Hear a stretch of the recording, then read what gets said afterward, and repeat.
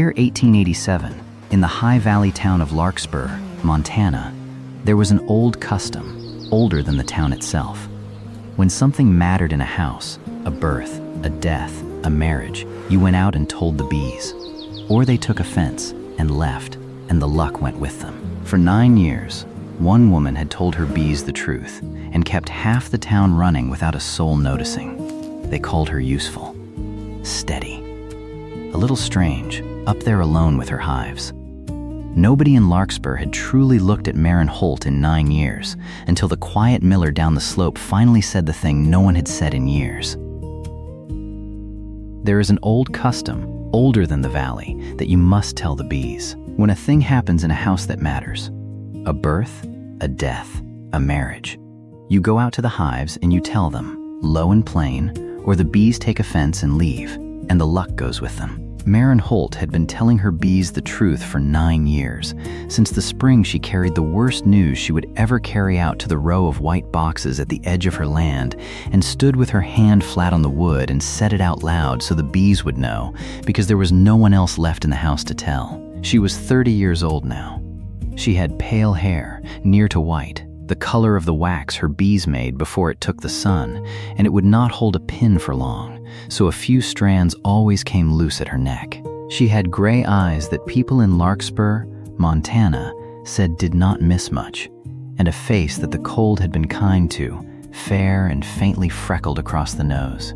She kept 11 hives on the south slope above the town, and a small house, and a smaller orchard of 4 apple trees her husband had planted the year before the water took him. And she kept, besides, a good deal of the town running without anyone quite noticing she did it. It was Maren's honey in the bread at the church suppers.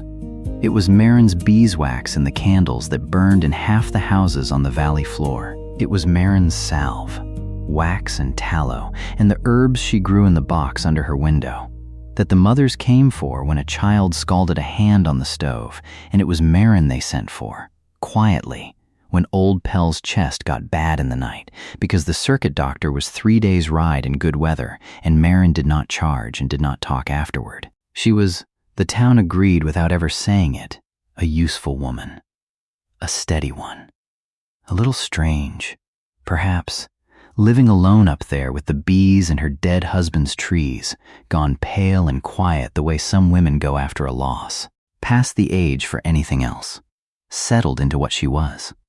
Nobody in Larkspur had looked at Maren Holt, really looked, in 9 years. She had stopped expecting them to. She had stopped, somewhere in there, expecting much of anything for herself, the way a person stops watching the road when no one has come down it in a long time. The mill stood at the foot of her slope where the creek had enough fall to turn a wheel. It belonged to Asa Vance, who had it from his father, who had it from his. Asa was 34, broad through the shoulders, slow to speak, with flour worked permanent into the creases of his hands, and a quiet that people mistook for simplicity until they did business with him and found he forgot nothing and shorted no one. He was the last of his family. His mother had died when he was a boy, and his father, the winter Asa, turned 20, and he had run the mill alone since, grinding the valley's grain in season and mending what needed mending out of it, and going to bed tired every night with the plain satisfaction of a man who has done what the day asked. What he did not have, what he had quietly stopped counting on, was anyone to grind for but the town. He had known Maren Holt for years. He bought her wax to seal the mill's lamps against the damp and to slick the wooden gears, and twice a year he climbed the slope with a sack of fine milled flour because she would not take money for the salve she had put on his burned forearm the summer the bearing seized and threw sparks. He had stood in her doorway a dozen times. He had watched her work the hives with no veil and no fear, the bees walking over her bare hands while she spoke to them under her breath, and he had thought, in a vague way, that Jonas Holt's widow was a capable woman, and it was a shame about the water. He had not, until that autumn, understood what he was looking at. It came to him slowly, the way the truest things do, and the place it came to him was the honey harvest. She took the combs in late August, in the still hour after dawn before the heat woke the bees to temper. Asa had brought up a new pair of stacking frames he'd planed for her without being asked, because he'd seen the old one split, and he stayed to help her carry, And that was how he came to be standing at the edge of her hives in the gold light with the smoke drifting and the bees a low sound in the air, watching her work. She moved without hurry and without waste. She lifted each frame and read it the way another person reads a letter, tilting it to the light, blowing soft across the comb, setting the full ones in the carry box and the light ones back. She had pushed her sleeves to the elbow. A strand of pale hair had come down and she did not stop to fix it. She was murmuring to the hives, low, words he could not catch, and the bees did not sting her, and the whole of it. The gold light, the smoke, the steady pale hands, the woman entirely unaware that she was anything to look at, went into Asa Vance and would not come out. He thought, with no warning at all, that he would like to stand at the edge of these hives in the gold light for the rest of his life. The thought frightened him so badly he carried the box down the slope without another word and did not trust himself to speak until they reached the mill yard, and then he only said the harvest looked good, and she agreed that it did, and he went inside and stood a while in the cool dark by the wheel with his heart going like a man who had run a long way. The valley held its harvest gathering on the first Saturday of September, in the long meadow below the church, the way it did every year. Tables of food, a fiddle, lanterns strung when the dark came on, and the whole of Larkspur out at once, which in a place that worked too hard to gather was its own kind of holiday. Maren went because not going would have drawn more notice than going. She brought honey cakes and her good candles for the church table, and she set them out and stood at the edge of things the way she always stood, present and unremarked, watching the dancing without any expectation of being asked into it. Asa stood across the meadow and did not take his eyes off her. It was Della Pruitt who named it. Della, who kept the store and had buried 2 husbands and did not waste words. She came and stood beside him with a cup of cider and watched him watch. "You've been looking at Maren Holt the better part of an hour," she said. "I haven't. Asa, I've sold you flour sacks and lamp oil for 15 years. You've been looking at her since the lanterns went up." She took a drink of her cider. "She's worth looking at, more'n this town's ever bothered to." He didn't answer, but walking the dark road home that night with the fiddle going faint behind him, he turned it over honestly the way he turned over a set of accounts, and he understood that Della was right, and that she had been right for longer than tonight. Maren Holt was someone he wanted to see in the morning. He had not let himself know it, but now that he knew it, it was plain as a post in the ground, a thing that had been true a good while before he had the sense to look straight at it. He stopped in the road in the dark and stood there among the crickets, feeling like a man who has found something he did not know he'd been missing. What he did not know, what no one in Larkspur knew, was that Maren had seen him watching and had spent the walk home up her own slope with her heart doing something it had not done in 9 years, and had been frightened by it worse than he was. Because Asa Vance's quiet, unhurried looking had reached across the meadow and found her, and being found, after so long unfound, was the most terrifying thing that had happened to her since the water. She went out to the hives when she got home, late as it was, and stood with her hand on the nearest box in the dark. "Don't," she told the bees, very low. "Don't you let me start hoping for things." The bees made their small sound and did not answer, which was the only mercy she could expect. Old Pell's chest went bad again in the second week of September, and Maren walked down the valley road every other day with salve and broth. Asa found this out the first morning, when he saw her pass the mill with her basket, and he set down the chisel he'd been working and came out and asked if he might walk with her. She looked at him with a surprise she covered fast. "You don't have to," she said. "I know," he said. "I'd like to." It was 1.5 miles to Pell's place, and Asa learned something on it that he should have known years before. Maren Holt was uncommonly good company. She had opinions, quiet and considered, that she did not press on anyone. She noticed things. The way the bees had been working the late clover hard and heavy, packing the comb deep, the way the squirrels were caching early and the aspens turning a week ahead of their season. She said, in her plain way, that it would be a hard early winter, and that the valley ought to bring its last hay in before the month was out, and she said it with the certainty of someone who has spent 9 years learning to read a slope of land the way most people never learn to read anything. She was funny, too, in a dry sideways manner that crept up on a man. He laughed twice on that road and was surprised both times.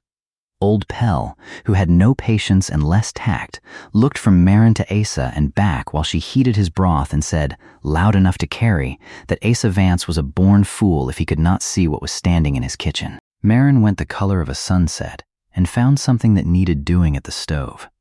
Asa looked at the old man steady. "I'm getting there," he said. Pell made a sound that might have been approval and might have been a cough. On the walk back, neither of them spoke of it. But the quiet was the full kind, not the empty kind.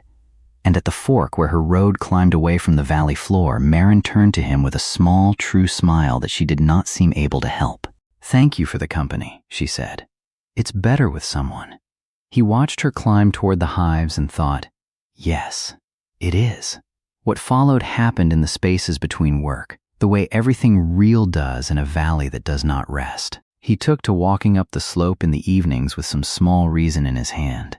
He'd noticed her smoker bellows had cracked, and he came up one night with a new one he'd made of good leather and a bit of the mill's tin, and gave it to her without ceremony and said it was nothing. He'd had the scraps. She used it the next morning, and it drew clean and easy, and she stood a while with it in her hands before she could go on with her work.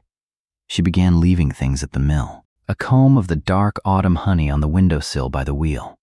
A cake of her best wax, the kind she did not sell. He left things in turn. A sack of the finest flour, milled twice. A wooden box he'd dovetailed tight to keep her candles from the damp. Neither of them named any of it. That was not the way either of them was built. She taught him to render wax properly, which he was bad at, scorching the first batch black, and she was patient with him in a way she told him, sideways, was not natural to her, that he made easy. He got better. He fixed the orchard gate that had hung crooked since the year the water came, and he did it while she was down at Pell's, so she would only find it mended, and she found it mended, swinging clean and true, and stood in front of it a long time. It was a Tuesday in the last of September when he said the thing. He had not planned it.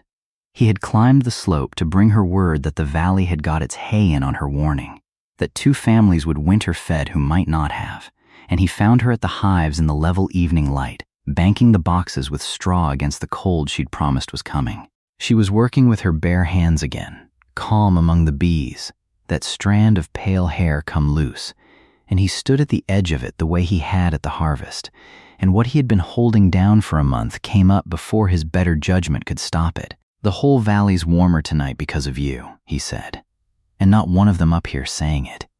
He looked at her, steady. "I see you, Maren. I don't know how a town goes 9 years and doesn't, but I see you. I have for a while now." She went still. Her hands stayed on the straw. The color came up into her face slow, like a wick taking flame, and she did not look at him at first. The bees walked over her knuckles, and she let them. Then she turned, and her face was a thing he had never seen on her, open and afraid and decided, all at the same time. And she said, very quiet, so quiet he had to lean toward it, "I told myself you wouldn't." It was not what he'd expected, and it was somehow exactly right. "Told yourself I wouldn't what? See me." She straightened. Her gray eyes were bright, and she held his look, though he could tell it cost her. "I made myself believe nobody would, ever again. It's easier. You don't lose what you don't let yourself want." Her voice did not break, but it came close. "I stopped, Asa. 9 years ago I stopped. And then you went and looked at me across that meadow, and I've been afraid every day since, because I'd forgot how much it costs to want a thing." The light lay gold across the boxes. A bee crossed between them and went on. Asa Vance stood among the hives and understood that something had changed that could not be changed back, and that he did not want it changed back. "I meant it," he said. "I know you did." She let out a breath she seemed to have been holding for 9 years. "That's why I'm telling you the truth instead of the easy thing. I'd rather be afraid with you than safe by myself. I've been safe by myself a long time." "It isn't much." He did not move toward her, not yet. He only stood and let it be said, and let her be the one who had said it. "Would you let me call on you?" he said. "Proper. In front of the town, so they've got to look at you whether they like it or not." A sound came out of her that was half a laugh, the first he'd ever heard her make. "They'll talk. Let them talk. They've had 9 years of not talking about you. They're overdue." He called on her properly, and the town did talk, and Maren found, to her own surprise, turning it in the dark like a coin, that she did not much care. There was supper at the mill house twice a week, and walks down the cold valley road and back, and the slow particular pleasure of two people who have each given up on a thing and then been handed it anyway, and have the sense, this time, not to set it down. There was a night in mid-October she never told him about. She was walking down the slope toward the mill, the lamp in his window gold below her, and she stopped. Not because anything was wrong, because everything was right, and that frightened her in a way nothing wrong ever had. She stood in the dark above the valley with the light of his window ahead of her and understood the whole weight of what she was walking toward. Not just supper, not just Asa, but the wanting itself, the real kind, the kind that can be taken from you. She had stopped wanting directly 9 years before because wanting directly meant you could lose directly, and she had lost enough to know the price of it down to the bone. She stood there a long while. Then she walked down anyway. He opened the door before she knocked. He always heard her on the slope. "You're late," he said. "The bread's gone cold." She stepped into the warmth and the smell of the mill and looked at him and thought, this is what I near talked myself out of. He did a thing that winter he didn't tell her about, either. The mill house had a north room, dark and cold, that had been his father's and stood empty. Through October and into the first hard freeze, after the day's grinding was done, Asa knocked out the north wall of that room and built it over to the south and set in 2 wide windows and made a long bench under them at the right height for a person to work wax. He did it because the house was going to be hers, even if she didn't know it yet, and a woman who worked in wax and herbs ought to have good light to do it by. He did not mention it. She found it in November, when she came down to help him patch the mill race before the deep cold. He'd asked her in for coffee, and she'd wandered, the way you do, and opened the north door, and stopped. The room was full of light. Low gold afternoon light coming through 2 south windows onto a long, clean bench, with pegs above it for her tools and a shelf for her molds, all of it waiting. "You did this and didn't say," she said. "I did." "Why the south windows?" "So you'd have light to work by," he said. "Wax wants good light, so do you." She was quiet. Then she crossed the room and took his flowery hand in both of hers and held it the way a person holds a thing they mean to keep. She did not thank him for the windows. He understood she was thanking him for what the windows meant, that he had thought of her through the dark first end of winter, before she was there, and made a place ready for her coming. That is what love looks like when it does not announce itself. It just quietly faces south, toward the light. He asked her in December, on a morning of new snow, at the hives. He had thought about a finer setting, the ridge above the valley, the church with candles. But when it came to it, dressing it up felt wrong. The hives were where she had told him the truth, with the bees walking over her hands. It seemed right to ask her there. The boxes were banked white with snow. Their breath stood in the still cold air. He had no ring of his family's to give.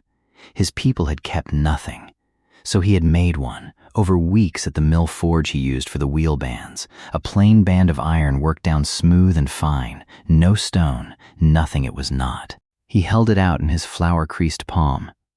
"I was slow," he said. "Slower than I should have been, to look up and see what was right here on this slope the whole time. But I see you, Maren Holt. I'd like to see you every morning that's left to me, in good light. I'd like to build a life with you and grow old being the man who finally had the sense to look." He paused. "Marry me, if you'll have a miller and a mill and a man who scorches the wax." She looked at the iron ring in his hand a long moment. Then she looked up, and she was smiling. The kind of smile that is so wholly true it has nowhere left to hide. "You're still bad at the wax," she said. "I am." "Yes," she said. "Of course it's yes." It was yes back in September. I was only afraid to say it twice. He put the iron ring on her finger there in the snow, among the sleeping hives, and she looked at it a moment. Not at the ring, but at the life it stood for. And then she did a thing that made him understand, finally, all the way down, what kind of woman he was marrying. She turned from him and laid her hand flat on the nearest snow-banked box and bent her head. "I'm to be married," she told the bees, low and plain, the way you tell them the things that matter. "To the miller down the slope. You'll know him. He scorches the wax, but he sees me, and that's the whole of what I ever wanted and stopped daring to want." She straightened. "I'm telling you first, so the luck stays." The bees made their small sound inside the wood. Asa stood in the snow and watched his wife-to-be tell the bees her happiness and did not think he had ever seen anything finer. They married in the church at Christmas when the candles, Maren's candles, burned in every window, and a good half of Larkspur came, some out of warmth and some out of plain astonishment that the pale beekeeper they had looked past for 9 years was standing at the front of the church in her grandmother's collar with iron on her hand and color in her face. Della Pruitt cried and did not pretend she wasn't. Old Pell sat in the second row and told anyone near him that he had said it first and said it loudest. Reverend Cole kept it short, which everyone agreed he was better for. Maren said her vows looking at Asa and not at the room because they were for him. He said his the same. The winter was hard and early, just as she'd promised, and they spent it learning each other in the warm mill house with the wheel froze still and the snow to the windowsills. She worked her wax in the south room in the good light. He read the accounts at the kitchen table and she read them better and took them over because she had the head for figures and they both knew it.